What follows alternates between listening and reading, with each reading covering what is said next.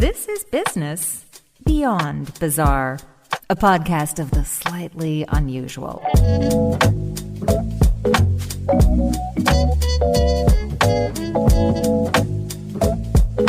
Here's your host, Peter Anthony Holder.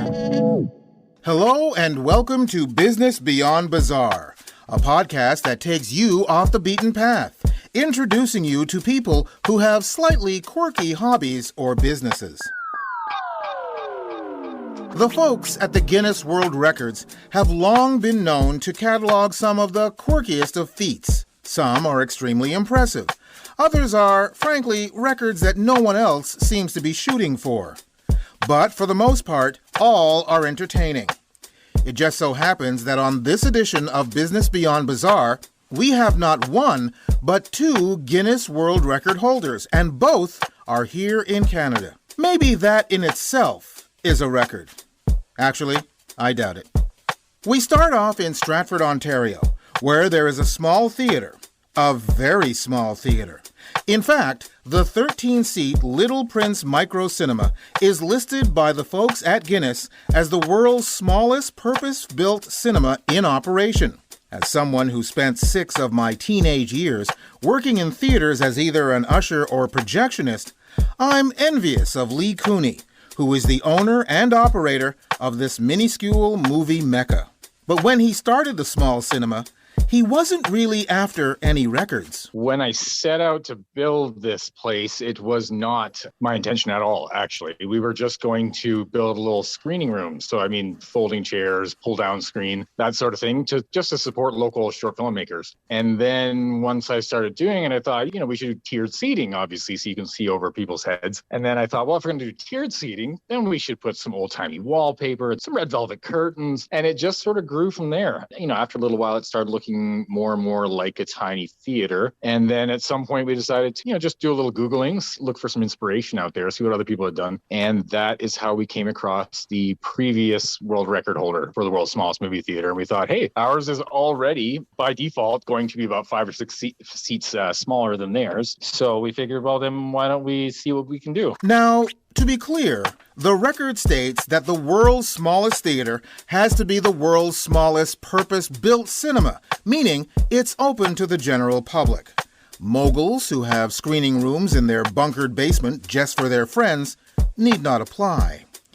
Leigh started his theater as a way to host film festivals for budding filmmakers. Size matters here because the whole idea of building a tiny theater was to showcase short films. Yeah, so that's sort of where that came from. It was either established, quote unquote, short filmmakers, or in most cases, it was people who were just dabbling and were interested, and that's who we really wanted to support. People who were kind of getting their feet wet a little bit in the short film industry. So then it grew from there into being, we started accepting people from Toronto, being our closest big city, Kitchener, London, that sort of thing. And now we work with anybody who submits, obviously. It's no longer a local competition thing. Now it's just an opportunity to showcase short films. Leigh reached out to the folks at Guinness to find out if his theater would qualify. That was the easy part. Then he had to go through the Guinness hoops. They have a lot of hoops. Guinness being a UK organization, obviously, they don't have any of their own witnesses this far away. So we contacted them when we had discovered the Cabiria Cine Cafe in Brazil was the previous record holder. And we Googled them, and as far as I could tell, they were actually defunct anyway, which sort of by default made us the smallest. So then we reached out to Guinness. At first, we were just interested in what the process was. It turned out to be quite extensive, which we at the time did not realize and soon came to learn over the course of the 15 or 16 months or whatever it was to today, basically. Yeah, so we reached out to Guinness. We asked them, what does it take? They gave us a very long list of requirements, witnesses and architects and drawings and et cetera, photos, all these things. And then we started the process then. So then we got to that point. We applied in November of 2020. And then between COVID and being shut down, because, it's hard to be the smallest operational theater if you're not operational.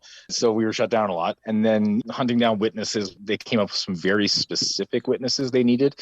I think it was an architectural historian with a specification in the history of movie theaters in North America or something. I mean, it was way too much of a niche for us to find somebody. So we ended up combining a few people, a couple of architects, a couple of historians, that sort of thing. We kept going back and forth with Guinness, trying to find out what they needed, sending them, reapplying. They'd get back to us with something, we'd reapply. And then it took us, like I say, over a year, about 15 or 16 months when they finally responded and said, we're good. We have now got the record. But heavy is the head that wears the crown.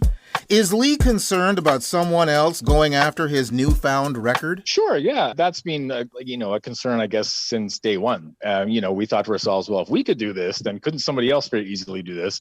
I think the one positive aspect of Guinness being so... Anal? Anal is the word. Yeah, honestly, yeah. For lack of a better word, for being so anal about what they required is that it makes it very difficult for someone else to come along and unseat us, right? It's, it's like someone else might think, oh, I can do that, no problem. And, they're going to whip something together and they're going to find out very quickly that it's not as easy as that, right? I did think about just building a second cinema that was like one seat, just so that if someone tried doing that, I could say, no, wait a second, we got another one here. It's just one seat. But no, that doesn't bother me, honestly. I figure it's only a matter of time, hopefully not a short time. But before someone does try, and I mean, that's okay as long as we did it once, and no one can ever take that away from us. So it'll be exciting no matter what. If someone else tries to break the record, the only way they could possibly do it would be to literally unseat him.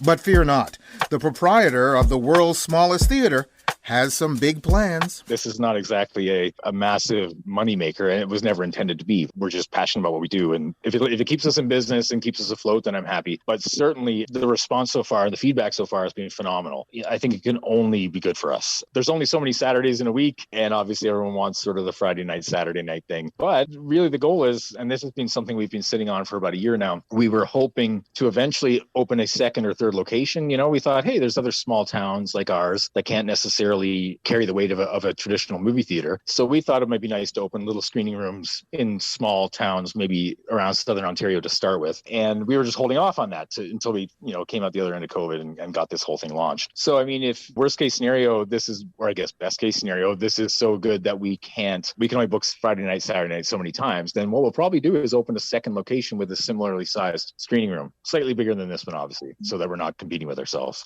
So I think it'll be good. It'll be very, very beneficial in one shape or another. That's Leigh Cooney, putting the small in small business.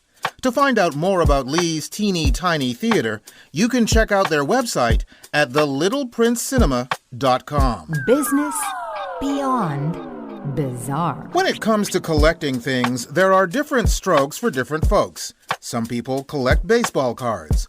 Others collect Barbie dolls or salt and pepper shakers. For one man in Markham, Ontario, he believes that things go better with Coke.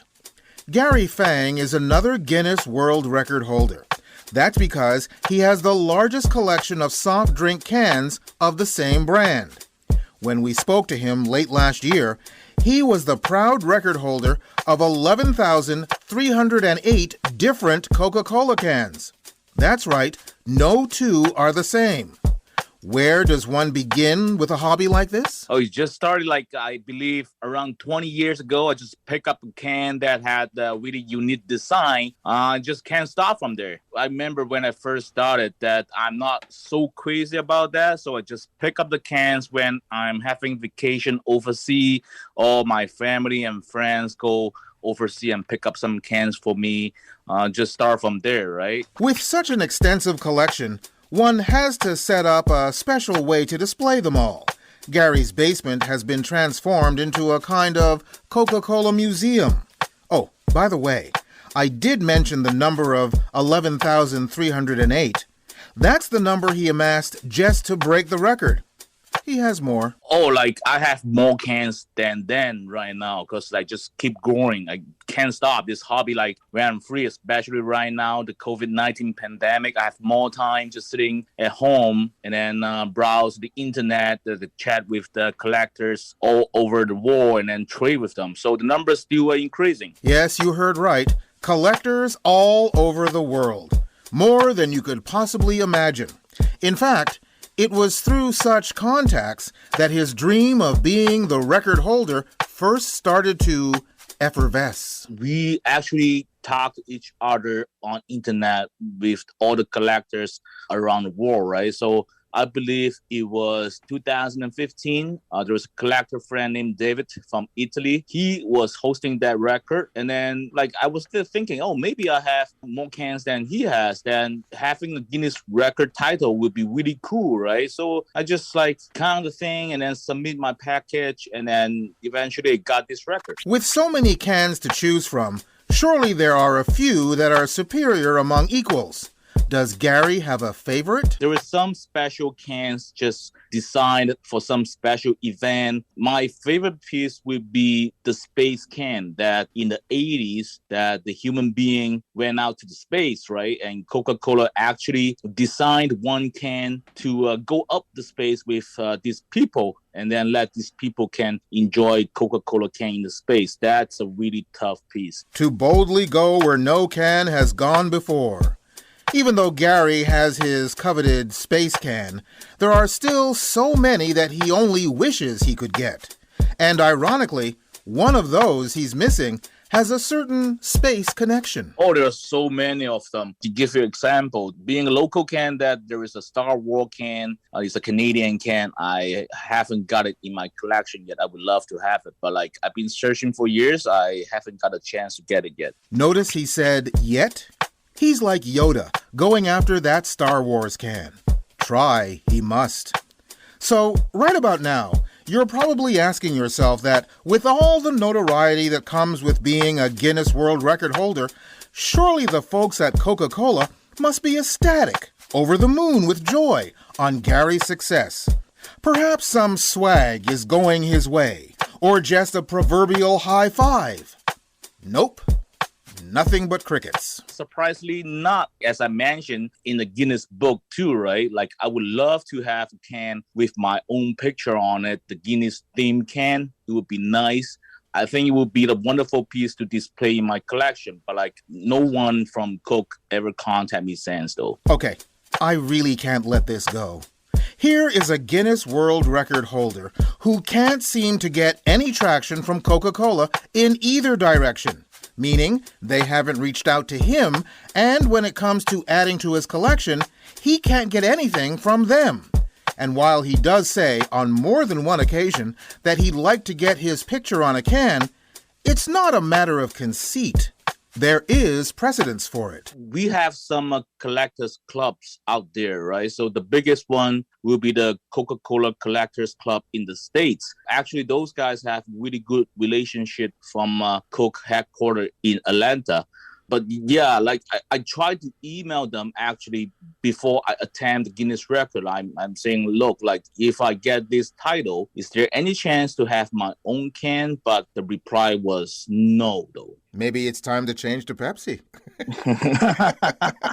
Yeah, I tell you the story that the first Guinness record holder was a Pepsi collector. And then the Pepsi company actually issued a can for him for his breaking the Guinness record. Maybe it is time to change to Pepsi. After all, Coke has gone all flat on the idea of any kind of promotion. Anyway, Gary is content with his record, and he doesn't even mind if someone gunning for him breaks it. I'm really happy to have this record, right? Let's say going forward, some other collectors decide to, I have more cans than Gary, then let's break the record, and then they have the title. I don't mind, because I have achievement in my collecting life already, so I don't really mind it. He's a humble man who just loves his collection. If you want to check out Gary's collection, you can go to his site at cokecans.citymax.com. Hello, Coca-Cola. It's still not too late to call him. Come on, he's the real thing. Next time on Business Beyond Bizarre. There's a guy in the UK who has a tank taxi, a real refurbished armored personnel carrier that he tools around town in and picks up a little extra cash. He always wanted one, so now he's thankful. And we'll go out and find the founder of Found magazine. You'll find out what Found is all about, and we're doing this for free.